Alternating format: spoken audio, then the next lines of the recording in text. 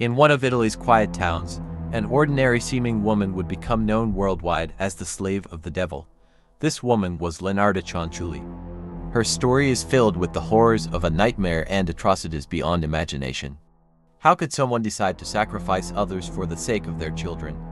In this video, we'll dive deep into Leonarda Cianciulli's life, the heinous murders she committed, and the terrifying legacy she left behind. Leonarda Cianciulli's story reveals not only the profile of a serial killer but also the tragic portrait of a mother.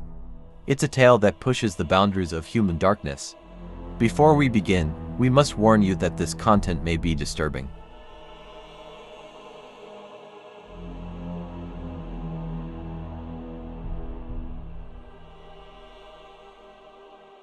Leonarda Cianciulli was born in 1893 in the village of Montella, Italy.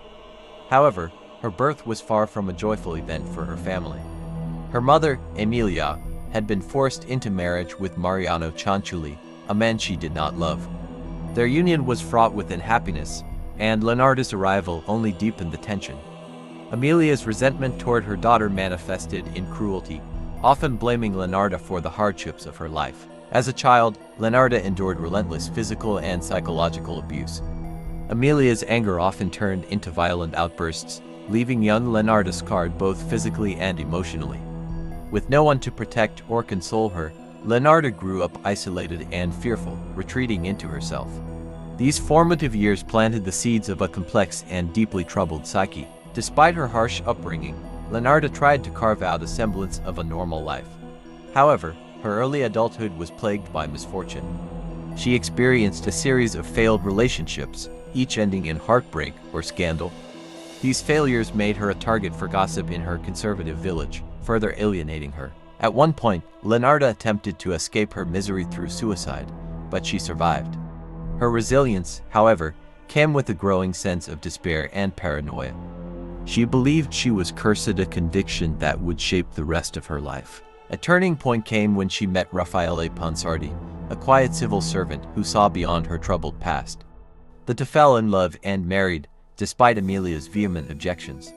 According to Leonarda, her mother placed a curse on their union, a malediction that she believed doomed her future.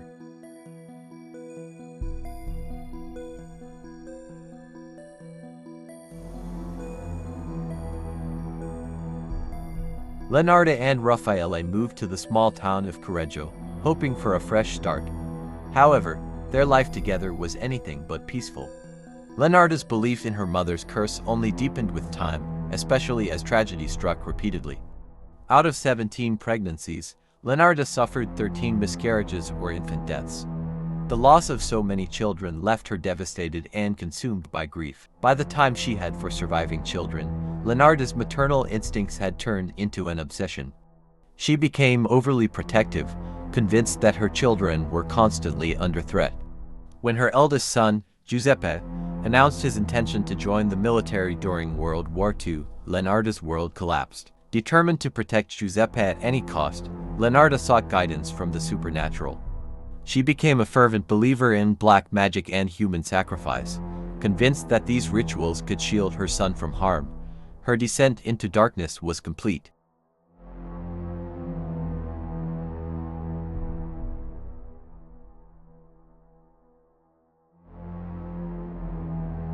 In 1940, Leonarda chose her first victim, Faustina Rossetti, a lonely spinster who sought Leonarda's help in finding a husband. Posing as a matchmaker, Leonarda lured Faustina to her home with promises of a wealthy suitor in another town. Leonarda offered Faustina a glass of wine laced with poison. Once Faustina was unconscious, Leonarda used an axe to kill her. She dismembered the body and boiled the remains in a large pot, rendering the fat to make soap. She also baked the blood into tea cakes, which she later shared with neighbors. Her next victims were Francesca Sovi and Virginia Cacioppo, both lured with promises of better opportunities. Leonarda used the same gruesome method for each murder, perfecting her macabre craft. Leonarda's actions went unnoticed for months, but her greed eventually led to her downfall. Virginia's disappearance raised suspicions, and investigators found damning evidence in Leonarda's home.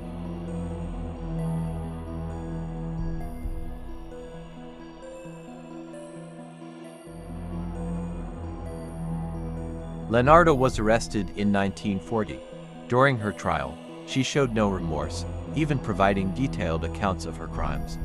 She claimed that the sacrifices were necessary to protect her family, insisting that she was a loving mother driven to desperate measures. She was sentenced to 30 years in prison and 3 years in a mental asylum, where she eventually died in 1970.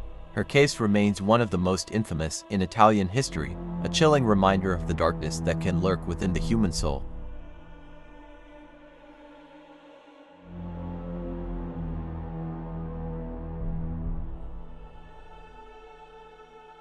Leonarda Cianciulli's story forces us to confront uncomfortable questions about the nature of evil and the extremes of human desperation. What do you think drives a person to commit such atrocities? Let us know your thoughts in the comments below. Until next time, stay curious and stay safe.